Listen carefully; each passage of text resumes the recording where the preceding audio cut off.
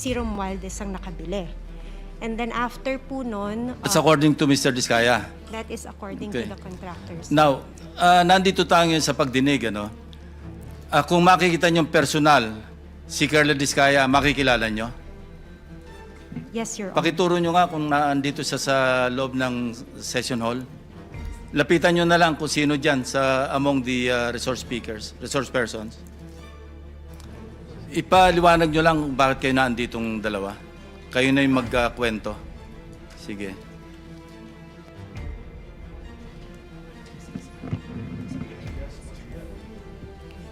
Good afternoon po.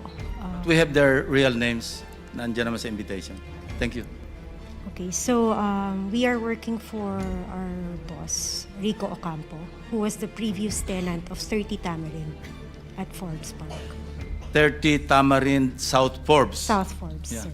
Kayo yung mga staff ni Mr. Rico Ocampo. Kami po, yes po, office staff po ni Yeah. Sir. Na siya yung tenant doon sa bahay na naibenta noong April 2023. Go ahead. That is Continue. correct, Your Honor. And then, during that time, January 29, we were CC'd sa email sa boss namin that we are being evicted January 31 at 3 p.m. Dapat nakalabas na kami ng place. Unfortunately, sa sobrang dami po ng gamit, we weren't able to comply with their deadline. So we have asked TJ Conti, who is the broker from Turnkey Properties. Nakipag-coordinate po kami to have an extension. And we were given until February 3, I think. To, that was already 2024 po. And eventually you were evicted. And who informed you that you were being evicted? We were informed by our boss po. It was parang email po ng law firm. And then sinisi po kami ng boss namin for us to be aware that we have to leave the place by January 31, 2024 at 3 p.m. Yeah, I was able to talk to your boss, si Mr. Rico Ocampo. And he made mention na meron kayong nakaharap nung you were forcibly being pushed out of the residence. Nabanggit niya si Carla Diskaya. Would you confirm that? That was February 1 po. Yeah. TJ Conti, he introduced us to the contractor, but he didn't mention the name. Yeah.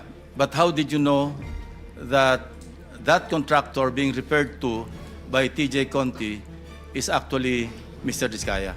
Well, actually, sir, we already mentioned to our boss nung lumabas yung mukha po ni Mr. Diskaya. Nasabi ko, kamukha Saan lumabas ang sa mukha? TV po, when the flood control project is being brought up. During the hearings. Yes, during the hearing. Okay, so sabi so- ko sa boss ko, sorry about that. Sabi ko po sa boss ko, tsaka sa colleague ko, tingnan nyo nga, ma'am, tingnan mo pong maigi itong mukha na to. Hindi ba ito yung contractor na pinakilala sa atin ni TJ Conti? And then we both agreed na siya nga.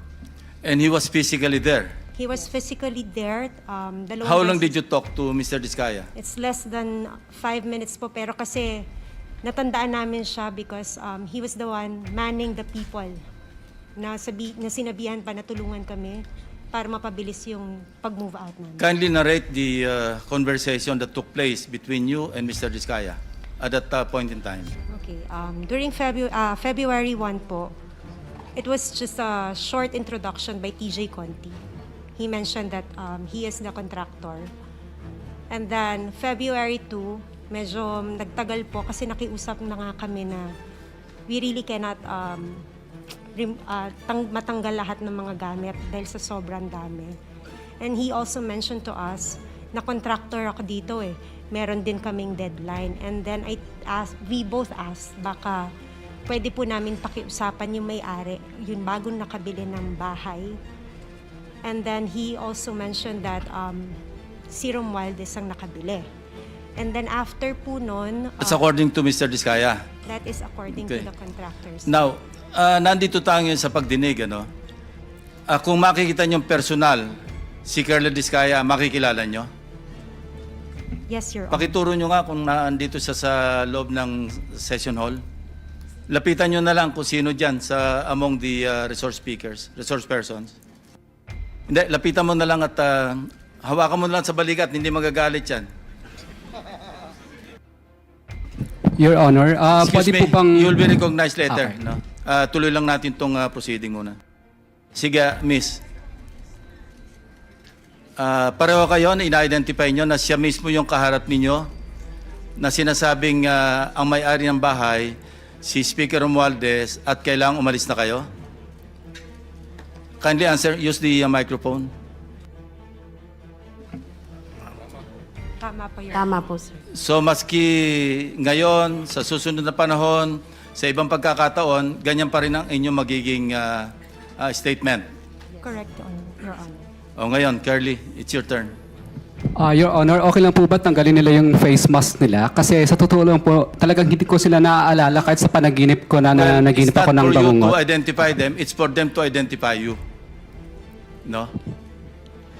Your Honor, wala po kasi akong maalalang transaction at saka that's your nakapas. option to deny. What we're establishing here is the fact that there are two witnesses present here under oath na sinasabing nagpunta ka doon at nine-name drop mo, totoo man o hindi, si Speaker Romualdez na siya nagmamay-ari, bagong may-ari noong number 30 Tamarin Street sa South Forbes. Yun lang naman eh. It's not for you to be able to, hindi naman ikaw ang witness against them eh. I don't know if I'm correct. Secretary Bida, kindly help me out, or Dong, PG Dong. Tama ba yon? Wala siyang karapatan na i-identify yung nagturo sa kanya? Opo. Ang right to confrontation ho kasi, kung yun ho ang iniisip ni Mr. Diskaya, will come at the appropriate time. But for purposes of identification, ang kakailanganin lang po ay yung taong mag-identify dun sa taong kikilalanin. Thank you, PG Dong. Sige, say your piece. Your Honor, gusto ko po sanang ma-identify po muna yung dalawang nagtuturo sa akin kasi kahit ni minsan po, hindi pa po ako nakakapasok sa South Forbes Park. Hindi ko pa nga alam kung anong mga uri ng mga bahay meron doon. So, malabong-malabo po talaga at wala po akong inuutusan na kahit sinong broker kasi takot po akong bumili sa mga lugar na yun. Ang kaya ko lang bilhin po ng mga lupa sa lugar lang po ng mga Pasig na hindi ganun kamahal ang presyo ng lupa.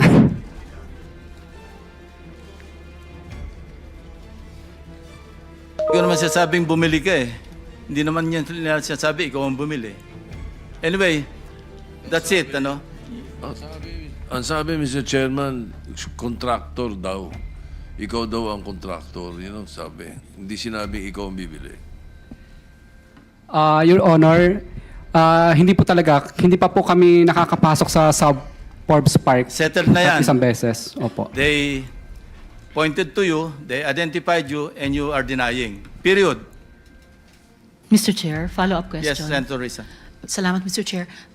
Miss, yung mas malayo sa akin, may nabanggit kayong law firm na kasama nung pagpapaalis sa inyo at pagpasok ng bagong may-ari. Aling law firm po iyon, for the record? Let me just check po my email, Your Honor. Tapos pakisabi na lang sa aming committee through the chair para lang mabuo namin yung sinasabi For that niyong matter, kwento. kung Yes, alam Mr. nyo Chair. rin, ang sinasabing si Speaker, pero si Speaker ba ang nasa deed of absolute sale? Kung hindi, sino? Kung alam ninyo. It's Golden Peasant po. Golden Peasant Holding Corporation, di ba? Na ang major stockholder, isa nangangalang Paras. Hindi ko lang po sigurado. Yes. But for the law firm, it's Ocampo Manalo Valdez Lim. Si Romualdez ang nakabili.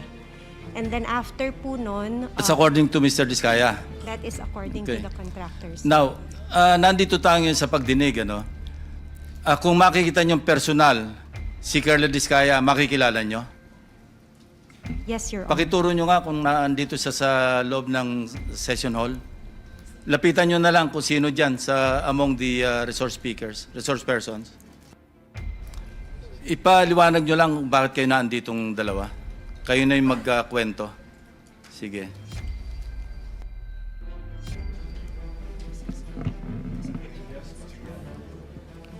Good afternoon po. We have their real names. Nandiyan naman sa invitation. Thank you. Okay, so we are working for our boss, Rico Ocampo, who was the previous tenant of 30 Tamarind at Forbes Park. 30 Tamarind South Forbes. South Forbes, Yeah. sir. Kayo yung mga staff ni Mr. Rico Ocampo. Kami po, yes po, office staff po ni Yeah. Sir. Na siya yung tenant doon sa bahay na naibenta noong April 2023. Go ahead. That is Continue. correct, Your Honor. And then, during that time, January 29, we were CC'd sa email sa boss namin that we are being evicted January 31 at 3 p.m. Dapat nakalabas na kami ng place. Unfortunately, sa sobrang dami po ng gamit, we weren't able to comply with our deadline. So we have asked TJ Conti, who is the broker from Turnkey Properties. Nakipag-coordinate po kami to have an extension. And we were given until February 3, I think. To that was already 2024 po. And eventually you were evicted. And who informed you that you were being evicted? We were informed by our boss po. It was parang email po ng law firm. And then sinisi po kami ng boss namin for us to be aware that we have to leave the place by January 31, 2024 at 3 p.m. Yeah, I was able to talk to your boss, si Mr. Rico Ocampo. And he made mention na meron kayong nakaharap nung you were forcibly being pushed out of the residence. Nabanggit niya si Carla Discaya. Would you confirm that? That was February 1 po. Yeah. TJ Conti, he introduced us to the contractor, but he didn't mention the name. Yeah. But how did you know that that contractor being referred to by TJ Conti is actually Mr. Discaya? Well, actually, sir, we already mentioned to our boss nung lumabas yung mukha po ni Mr. Discaya. Nasabi ko, kamukha Saan lumabas ang sa mukha? TV po, when the flood control project is being brought up. No? During the hearings. Yes, during the hearings. Okay, so sabi so- ko sa boss ko, sorry Yeah. about that. Sabi ko po sa boss ko, tsaka sa colleague ko, tingnan nyo nga, ma'am, tingnan mo pong maigi itong mukha na to. Hindi ba ito yung contractor na pinakilala sa atin ni TJ Conti? And then we both agreed na siya nga. And he was physically there. He was physically there. How long did you talk to Mr. Discaya? It's less than 5 minutes po, pero kasi natandaan namin siya because he was the one manning the people na sinabihan pa na tulungan kami para mapabilis yung pag-move out namin. Kindly narrate the conversation that took place between you and Mr. Discaya at that point in time. Okay. During February 1 po, it was just a short introduction by TJ Conti. He mentioned that he is the contractor. And then February 2, medyo nagtagal po kasi nakiusap na nga kami na we really cannot matanggal lahat ng mga gamit dahil sa sobrang dami. And he also mentioned to us na contractor ako dito eh. Meron din kaming deadline. And then we both asked, baka pwede po namin pakiusapan yung may-ari, yung bagong nakabili ng bahay. And then he also mentioned that si Romualdez ang nakabili. And then after po nun, That's according to Mr. Discaya. that is according Okay. to the contractors. Now, nandito tayo ngayon sa pagdinig, kung makikita niyong personal, si Carla Discaya, makikilala niyo? Yes, Your Honor. Pakituro niyo nga kung nandito siya sa loob ng session hall. Lapitan niyo na lang kung sino dyan sa among the resource persons. Hindi, lapitan mo na lang at hawakan mo na lang sa balikat, hindi magagalit yan. Your Honor, pwede Excuse me, po bang... you'll be recognized later. Okay. No? Tuloy lang natin itong proceeding muna. Sige, miss. Pareho kayo na ina-identify nyo na siya mismo yung kaharap ninyo na sinasabing ang may-ari ng bahay, si Speaker Romualdez, at kailangang umalis na kayo? Kindly answer, use the microphone. Tama po, sir. So maski ngayon, sa susunod na panahon, sa ibang pagkakataon, ganyan pa rin ang inyong magiging statement. Correct, Your Honor. O ngayon, Curly, it's your turn. Your Honor, okay lang po ba tanggalin nila yung face mask nila? Kasi sa totoo lang po, talagang hindi ko sila naaalala kahit sa panaginip ko na naginip ako ng It's not for you bangungot. to identify them, it's for them to identify you. No? Your Honor, wala po kasi ang maalalang transaction at saka that's your nakapas. option to deny. What we're establishing here is the fact that there are two witnesses present here under oath na sinasabing nagpunta ka doon at nine-name drop mo, totoo man o hindi, si Speaker Romualdez na siya nagmamay-ari, bagong may-ari noong number 30 Tamarin Street sa South Forbes. Yun lang naman eh. It's not for you to be able to, hindi naman ikaw ang witness against them eh. I don't know if I'm correct. Secretary Bida, kindly help me out, or Dong, PG Dong. Tama ba yon? Wala siyang karapatan na i-identify yung nagturo sa kanya? Opo. Ang right to confrontation ho kasi, kung yun ho ang iniisip ni Mr. Diskaya, will come at the appropriate time. But for purposes of identification, ang kakailanganin lang po ay yung taong mag-identify dun sa taong kikilalanin. Thank you, PG Dong. Sige, say your piece. Your Honor, gusto ko po sanang ma-identify po muna yung dalawang nagtuturo sa akin kasi kahit ni minsan po, hindi pa po ako nakakapasok sa South Forbes Park. Hindi ko pa nga alam kung ano mga uri ng mga bahay meron doon. So, malabong-malabo po talaga at wala po akong inuutusan na kahit sinong broker kasi takot po akong bumili sa mga lugar na yun. Ang kaya ko lang bilhin po ng mga lupa sa lugar lang po ng mga Pasig na hindi ganun kamahal ang presyo ng lupa.